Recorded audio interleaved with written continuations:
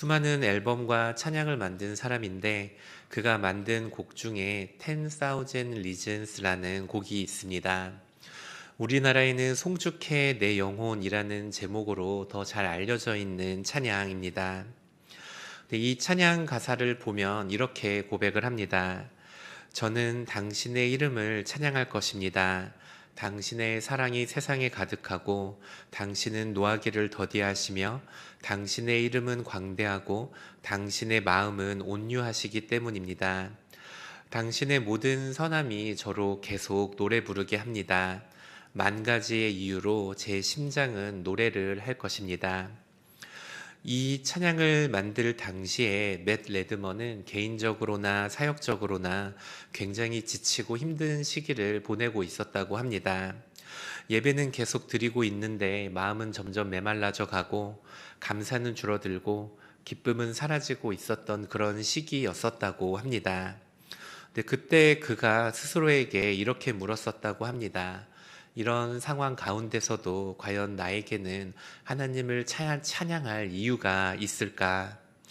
이렇게 질문을 하고는 깨달았다고 합니다. 하나님을 찬양할 수 있는 그 수많은 이유가 셀 수도 없이 그의 주변에 많았다는 것을 말입니다. 그래서 이 노래의 제목에 붙인 그 제목이 10,000가지 이유라는 뜻의 영어로 하나님을 찬양할 만한 10,000가지의 이유라는 제목이었습니다. 우리에게는 하나님을 찬양할 이유가 참으로 많습니다.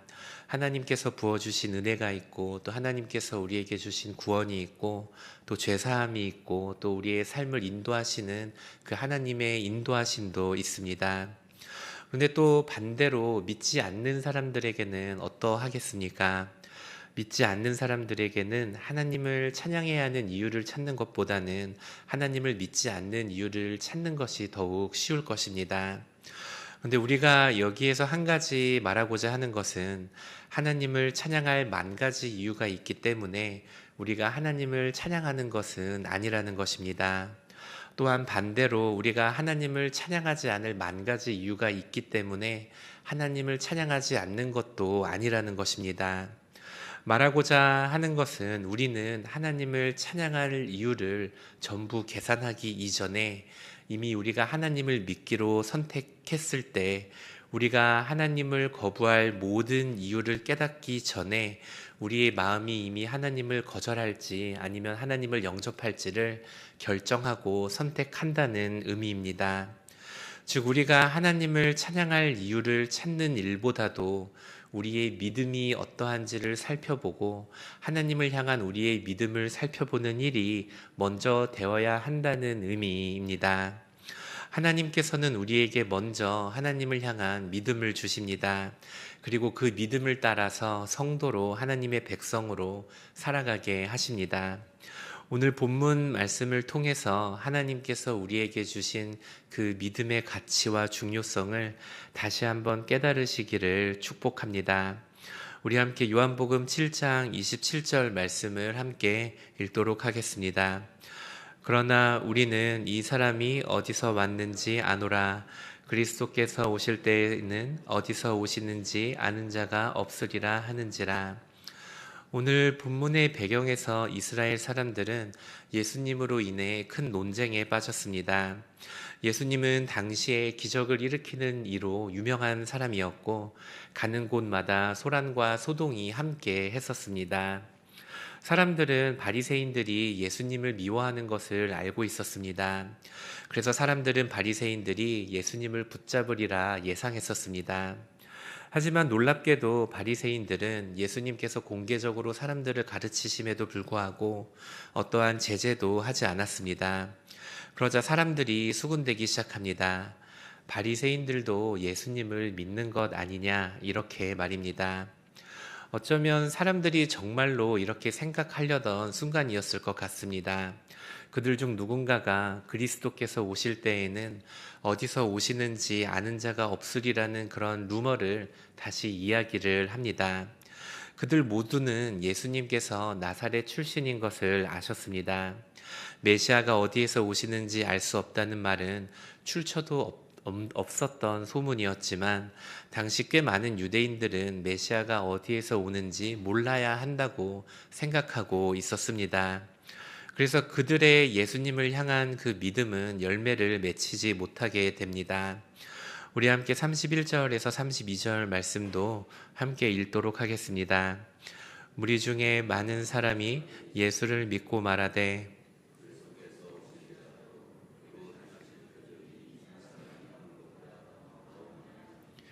예수에 대하여 무리가 수군거리는 것이 바리새인들에게 들린지라. 대제사장들과 바리새인들이 그를 잡으려고 아랫사람들을 보내니. 예수님께서는 인기가 많으셨습니다. 예수님께서는 많은 사람들이 예수님께서 행하신 기적들을 보았고 예수님을 메시아로 영접하기 시작했습니다. 그래서 이제는 바리새인들 가운데서도 예수님을 구주로 영접하는 일들이 충분히 있을 수 있었습니다. 하지만 바리새인들은 끝까지 자신들의 의를 포기하지 않습니다. 결국 예수님의 기적을 두 눈으로 보고도 수많은 사람들이 하나님께로 돌아오는 일을 경험했음에도 불구하고 끝내 예수님을 구주로 영접하지 않습니다. 우리는 오늘 본문 말씀을 읽으면서 두 가지를 생각해 보아야 합니다. 첫째로는 우리가 하나님께 감사할 수 있고 또 우리가 하나님께 예배할 수 있는 그 이유가 하나님께서 우리를 찾아오셔서 믿음을 주셨기 때문이라는 사실입니다. 하나님께서 우리에게 믿음을 주시지 않으셨다면 우리는 세상에 있는 사람들과 크게 다르지 않은 평범한 삶을 살았을 것입니다.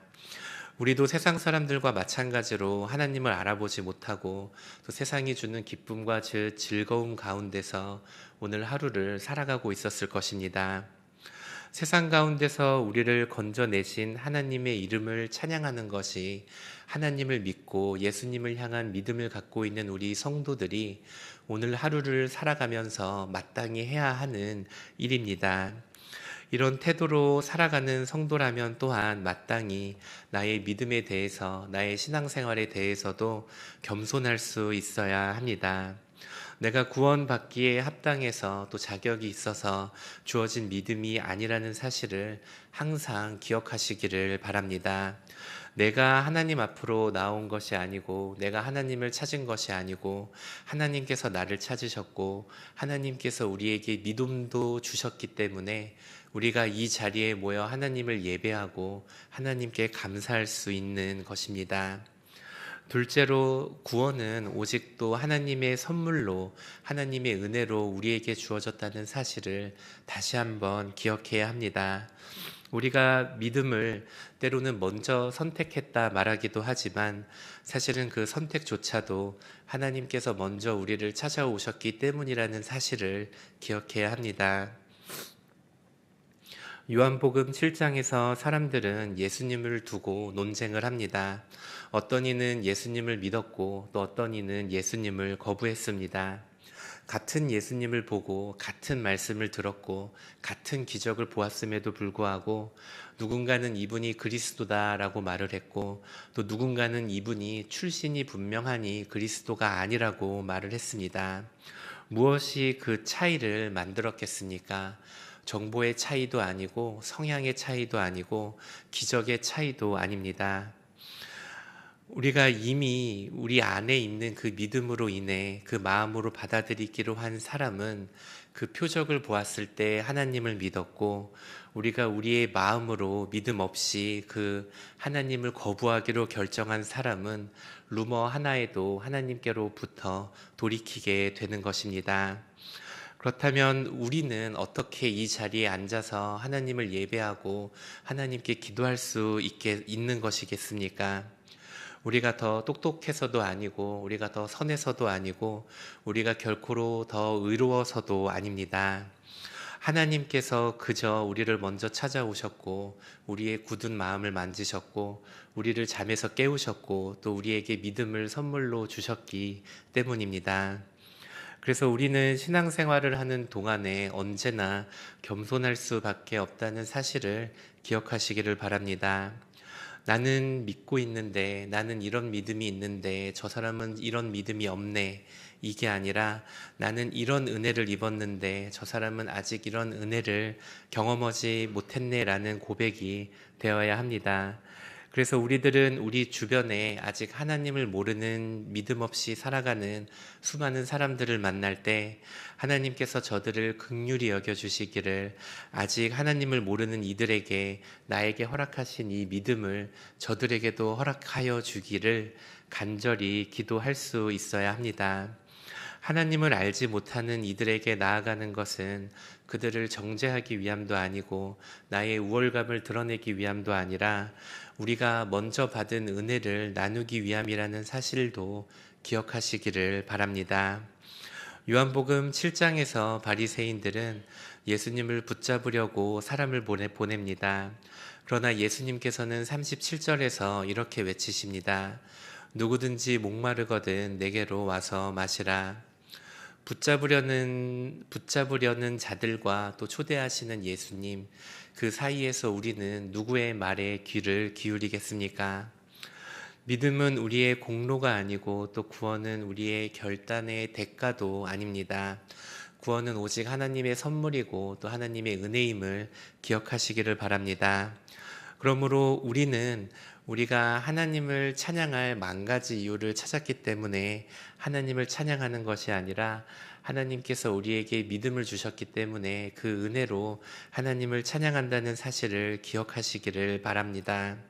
그리고 혹시 이곳에 있는 성도님들 가운데 여전히 우리 가운데서, 우리 삶 가운데서, 나의 삶 가운데서 하나님을 예배할, 하나님께 감사할 이유를 찾고 계신 분이 계십니까? 하나님을 믿을 만한 증거, 또 하나님을 신뢰할 만한 확신, 또 납득할 만한 설명을 여전히 찾고 계신다면 지금도 우리에게 목마른 자들을 찾고 계시는 그 예수님을 향해 응답하시는 성도님들 되시기를 바랍니다. 우리 삶 가운데 만 가지의 기도 제목이, 감사 제목이 있기 때문에 하나님께 기도하는 것이 아니고 하나님께서 우리에게 믿음을 주셨기 때문에 우리가 오늘 하나님 앞에 나가고 하나님께 예배하고 하나님을 찾을 수 있는 것입니다. 누구든지 목마르거든 예수님께로 찾아와 그 물을 마시는 것이 복음입니다. 믿음은 완벽한 우리의 이해 뒤에 오는 것이 아니라 하나님의 은혜의 부르심 앞에 있다는 것도 기억해야 합니다. 사랑하는 성도 여러분, 우리가 예배하는 이유는 우리가 하나님을 선택했기 때문이 아니라 언제나 하나님께서 나를 선택하시고 나를 부르셨기 때문입니다. 그래서 우리는 오늘도 만 가지의 이유가 아니라 단 한 가지의 이유로도 하나님을 예배하고 찬양할 수 있어야 합니다. 예수 그리스도께서 우리를 찾아오셨다는 그 사실 하나만으로도 우리가 하나님께 감사하고 하나님께 영광 올려드리고 하나님을 찬양할 이유가 우리에게 충분합니다. 그 은혜가 우리로 하여금 하나님을 예배하게 하고 사랑하게 하고 또 다가가게 한다는 사실을 기억하시기를 바랍니다. 또 오늘 이 말씀이 우리 안에 다시 한번 또 믿음의 감사를 회복시키는 시간이 되시기를 주님의 이름으로 축복합니다. 주기도문으로 마치겠습니다. 하늘에 계신 우리 아버지, 아버지의 이름을 거룩하게 하시며 아버지의 나라가 오게 하시며 아버지의 뜻이 하늘에서와 같이 땅에서도 이루어지게 하소서. 오늘 우리에게 일용할 양식을 주시고 우리가 우리에게